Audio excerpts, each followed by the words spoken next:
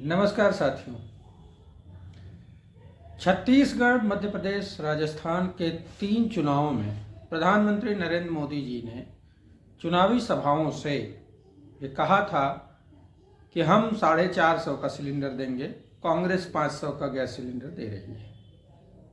खबर यह आई है कि राज्यसभा में सरकार का पक्ष रखते हुए पेट्रोलियम राज्य मंत्री ने कहा कि हम 450 का सिलेंडर देने का हमारा कोई इरादा नहीं है, ना ही हम देंगे। मतलब एक बार फिर पलटे मोदी जी। मोदी जी के भाषण, मोदी जी के वादों का कोई भरोसा नहीं है। वो कब पलट जाएंगे, कब झूठ बोल देंगे, कब कह देंगे जुमला है। इसी तरीके से उन्होंने 2014 के चुनाव में 2 करोड़ सालाना रोजगार देने की बात कही थी, काला धन लाने की बात कही थी, 15 लाख रुपए देने की बात कही थी, किसानों की आय दुगनी करने की बात कही थी, नारी अत्याचार पर कमी करने की बात कही थी। जबकि स्थिति ये है कि ज़्यादातर भाजपा के नेता ही रेप वगैरह के मामलों में दोषी हैं और आरोपी हैं। भाजपा की सरकार में मणिपुर में जघन्यतम कृत्य महिलाओं के साथ हुआ है। पूरे देश की महिलाएं कांप उठी हैं उस दृश्य को देख के। तो मतलब ये साफ है कि जो मोदी जी चुनावों में वादा करते हैं वो कभी पूरा नहीं करते हैं। 2014 चुनाव से पहले जो वादे किए उससे पलट गए मोदी जी। अब फिर ताज़ा मामला है राजस्थान, छत्तीसगढ़, मध्य प्रदेश में 450 गैस सिलेंडर देने के वादे का, जिससे वो पलट गए। अब देश की जनता इस बात के लिए विचार करे कि क्या हम ऐसे झूठे व्यक्ति जो कि बार बार अपने वादों से मुकर जाते हैं पर भरोसा करें, या अब ऐसे व्यक्ति को सत्ता से बेदखल करें। उन्होंने कहा था कि छत्तीसगढ़ में 3200 रुपये क्विंटल धान का MSP देंगे। विपक्ष मांग कर रहा था कि जब छत्तीसगढ़ में 3200 रुपये का MSP धान के लिए देना चाहते हैं तो बाकी देश के हिस्सों में क्यों नहीं देना चाहते, उसे भी दीजिए, ये मांग थी।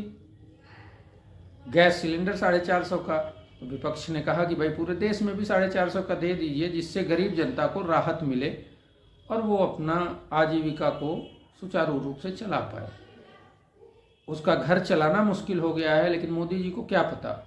मोदी जी ने कभी न घर चलाया है, न ही उनको पता है कि सम्मान के साथ घर चलाना किसे कहते हैं। वो तो अपनी पत्नी को छोड़ के भागे, घर छोड़ के भागे, क्या क्या किया। कहते थे कि मैं गरीब का बेटा, लेकिन विदेशों में घूमा करते थे। कैसे घूमते थे? तो जो जिम्मेदारी लेने वाला व्यक्ति नहीं है, जिनके परिवार ना हो, बच्चे ना हो, जिनको घर चलाने का दर्द पता ना हो, उसको क्या फर्क पड़ता है कि महंगाई है, बेरोजगारी है? कोई मतलब नहीं। मैं बतौर एक जिम्मेदार नागरिक मैं मोदी जी से ये बात आग्रह करता हूँ कि ये जो झूठे वादे चुनाव में आप करते हैं वो वादे करना आप बंद कर दीजिए। और देश की जनता से भी ये कहता हूँ कि जैसे मोदी जी ने 2014 के वादों को जुमला बता दिया था, वैसे ही अब राजस्थान, छत्तीसगढ़, मध्य प्रदेश के चुनावों में उनके द्वारा जो वादे किए गए वो भी जुमला हो गए। हमको फिर से इन जुमलों का जवाब देने की ज़रूरत है। आगामी 2024 के चुनाव में हमको चिंतन करना होगा कि क्या हम अपने वर्तमान को सुधारना चाहते हैं, अपने भविष्य को सुधारना चाहते हैं, अपने बच्चों को रोज़गार देना चाहते हैं, अपना घर परिवार सुचारू रूप से चलाना चाहते हैं। तो इनके जुमलों और झूठ का हमको माकूल जवाब देना होगा। देखिए, मोदी जी तो सभी को धोखा देते हैं।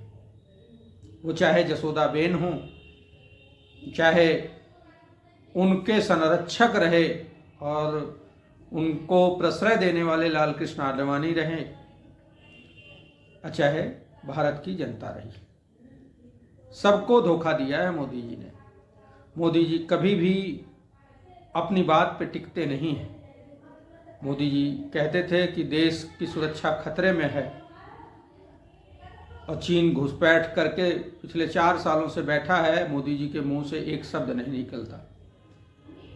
मोदी जी कहते थे कि जिस देश का करेंसी गिरती है उस देश का प्रधानमंत्री गिरा हुआ होता है। ये परम आदरणीय पूर्व प्रधानमंत्री डॉक्टर मनमोहन सिंह के लिए उनके शब्द थे, जो कि बेहद निंदनीय थे। मैं तो वो शब्द मोदी जी के लिए नहीं कह सकता, लेकिन उनको अपने उन बयानों पे वापस पुनर्विचार करना चाहिए जो 2013 में उन्होंने कहा था। अगर इन बातों का ख्याल वो नहीं रखेंगे तो भविष्य में देश की जनता है, जिस जनता ने आपको वोट देके सत्ता के शिखर पे पहुंचाया है, वो जनता आपको सत्ता से बेदखल भी करना जानती है, क्योंकि जनता ही अंततोगत्वा जनार्दन है। जनता ही वोट देकर आपको सत्ता में बैठाती है और जनता ही आपको सत्ता से बेदखल करेगी। आपके झूठ के झांसे में आकर गरीब मासूम जनता, आशावादी युवा, छात्र, इन सब ने आपको वोट किया था, लेकिन आपने किसानों के साथ धोखा किया, गरीबों के साथ धोखा किया, मजदूरों के साथ धोखा किया, युवाओं के साथ धोखा किया। जिन युवाओं को आपने रोजगार देने की बात कही थी, जो रोजगार एग्जिस्टिंग था वो भी छूट गया उनका। और आपने भारतीय सेना, जो कि किसानों के बच्चों को सहज रोजगार देने वाला एक विभाग है, उसमें गरीब का बच्चा गौरव और रोजगार दोनों एक साथ पाने की लालसा में जाता है कि हम देश की सेवा भी करेंगे और रोजगार भी मिल जाएगा तो हमारे घर परिवार का भरण पोषण भी होगा। उस युवा को आपने ऐसा धोखा दिया कि अग्निवीर योजना ला दिए, और अग्निवीर योजना में मात्र 4 वर्ष की नौकरी है, जिसमें ट्रेनिंग भी है, सब कुछ है, और साथ ही उसमें धोखा इतना बड़ा है कि उसके गौरव को, उसके प्राइड को ही छीन लिया आपने कि मैं सैनिक हूँ, सेना का जवान हूँ, मैं देश के लिए लड़ने जा रहा हूँ। अग्निवीर का जो पहला जवान शहीद हुआ, अमृतपाल सिंह, उसको शहीद का दर्जा तक नहीं मिला। उसको प्राइवेट एम्बुलेंस में उसके पार्थिव शरीर को भेज दिया गया। ना सेना का गौरव, उसको शहीद का दर्जा मिला, ना ही गौरव मिला, ना ही सेना की सलामी मिली, ना तिरंगा मिला। तो इस तरीके से आपने युवाओं के साथ भी छल किया। आपने कहा कि किसानों की आय दोगुनी होगी। किसानों की आय दोगुनी नहीं हुई, बल्कि किसानों की आय आधी से भी कम हो गई। हाँ, किसानों की लागत मूल्य आपने बढ़ाकर 3 गुना कर दिया। जब दिल्ली में किसान धरना दे रहे थे, आपने दिल्ली में प्रवेश पे प्रतिबंधित कर दिया उनको, दिल्ली में प्रवेश नहीं होने दिया किसानों को। सोच लीजिए, वो किसानों का दिल्ली नहीं है, लाल किला तक किसान नहीं जा सकते। लेकिन आपने जो छल किया, 1 साल में सैकड़ों किसान शहीद हुए, शहादत दिए, और आपके एक मंत्री के बेटे ने लखीमपुर खीरी में धरनारत किसानों के ऊपर गाड़ी चढ़ा के रौंद डाला, और आपने उस मंत्री को बर्खास्त तक नहीं किया। मंत्री के खिलाफ जांच तक नहीं हुई, और उसके बेटे को ससम्मान आपने अरेस्ट का किया, और बाद में उसको जमानत मिल गई। इस तरीके से आप किसानों के खिलाफ काम किए। किसानों के साथ दूसरी बार फिर आपने छल किया कि साल भर से ऊपर जो किसान धरनारत थे, उनसे कहा कि हम एमएसपी का कानून बनाएंगे। लगभग 2 साल होने को हैं, एमएसपी के कानून का कोई अता पता नहीं है। मतलब फिर से आपने किसानों को धोखा दिया। नारी पर अत्याचार की बात आप करते थे। आपकी ही भाजपा की मणिपुर में सरकार है, वहाँ की बहन बेटियों को नग्न करके, मतलब देख के आंख से खून के आंसू निकल आते हैं, उनको नग्न परेड कराई गई। सार्वजनिक रूप से सामूहिक बलात्कार हुआ, और आपके मुख्यमंत्री ने ये बात कही वहाँ कि वो इकलौता मामला नहीं है, वहाँ हजारों ऐसे मामले हैं, मतलब हजारों बहन बेटियों के साथ ऐसा हुआ, और आपने वहाँ की सरकार को बर्खास्त तक नहीं किया। ना जांच हुई। और मोदी जी, आप तो इतने बेगैरत निकले, आपने एक शब्द अभी तक मणिपुर पे नहीं बोला। पिछले 7 महीने से मणिपुर जल रहा है, तो महिलाओं के साथ भी छल किया। अब आप क्या चाहते हैं? आपको 10 साल जनता ने मौका दिया और आपने एक भी वादा पूरा नहीं किया। सच्चाई ये है कि जनता के हक की लड़ाई लड़ रहे विपक्षी गठबंधन इंडिया को आप बदनाम करना चाहते हैं। अब आपको इंडिया से नफरत होने लगी है। अब आप इंडिया नहीं कहना चाहते हैं। कितना हास्यास्पद है। खैर, ये कोई नई बात नहीं है, क्योंकि आप तो हमेशा से भारत विरोधी संगठन के ही लोग हैं। हमेशा से अंग्रेजों के साथ खड़े रहने वाला राष्ट्रीय स्वयंसेवक संघ, जो कि 1942 में क्विट इंडिया मूवमेंट का विरोध कर रहा था,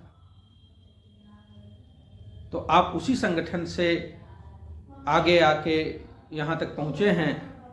तो देश की जनता के साथ आपने धोखा किया है। देश की जनता आपको अपना वोट देकर सत्ता तक पहुँचाई, लेकिन वो भूल कर गई, वो गलती उससे हो गई। अब वो कहने लगी है कमल का फूल, गरीबों की भूल। गरीब अब अपनी भूल को सुधारने के लिए तैयार खड़ा है। इसी वजह से अब आप चाहते हैं कि देश एकजुट न हो जाए। कहीं महंगाई, बेरोजगारी, जातीय जनगणना के नाम पे देश एक हो जाएगा तो हम सत्ता से बेदखल हो जाएंगे। इसीलिए आप भावनात्मक मुद्दा, धार्मिक ध्रुवीकरण को अपना रहे हैं और आप धार्मिक ध्रुवीकरण की बात कर रहे हैं। जहाँ एक तरफ आप मंदिर की बात कर रहे हैं, वहीं विपक्षी गठबंधन जनता की बात कर रहा है। जनता ही जनार्दन है, जनार्दन मतलब नारायण, नारायण मतलब राम। तो आप छद्म कर रहे हैं और विपक्षी गठबंधन के नेता, विपक्षी गठबंधन के लोग जनता के हक की बात कर रहे हैं। राम भी कभी ऐसा नहीं सोचेंगे कि हमारी जनता भूखी हो, बच्चे अशिक्षित हों, स्वास्थ्य की उचित व्यवस्था न हो और जनता को रोजगार न मिले। मंदिर बनने से राम प्रसन्न नहीं होंगे। राम प्रसन्न तब होंगे जब हर हाथ को काम मिलेगा, उनका हर बच्चा, हर संतान खुशहाल होगा। कहते हैं नर सेवा नारायण सेवा। जब ये गरीब जनता जो नारायण का ही रूप है, उन्हीं की संतान है, जब उसकी सेवा नहीं होगी, उसकी ज़रूरतें पूरी नहीं होंगी, तो मंदिर और मस्जिद बनाने से कभी भी ईश्वर, अल्लाह, राम कोई खुश नहीं होगा। यही कारण है कि अब हनुमान जी ये कहने लगे कि राम का नाम, हमारे आराध्य का नाम बदनाम करने वाले भाजपाइयों को मैं गदा मार के भगाऊंगा। कर्नाटक से भगाया, अब पूरे देश से भगाएंगे। इत्तेफाक से आप किसी कारणवश पिछले 3 विधानसभाओं को जीतने में सफल हो गए, लेकिन वो जनता भी अब अवाक है और वो ये सोच रही कि हमने वोट नहीं किया इनको, ये कैसे जीत गए। कोई नहीं कहने वाला था। खुद भाजपा के नेता मुझे फ़ोन करके कहते थे कि तीनों जगह कांग्रेस जीतेगी, तेलंगाना जीत ही रही है, बधाई हो। जब भाजपा नेताओं को ये भरोसा नहीं था तो कैसे भाजपा जीत गई, ये किसी के समझ नहीं आ रहा। खुद भाजपा नेताओं के समझ में नहीं आ रहा है।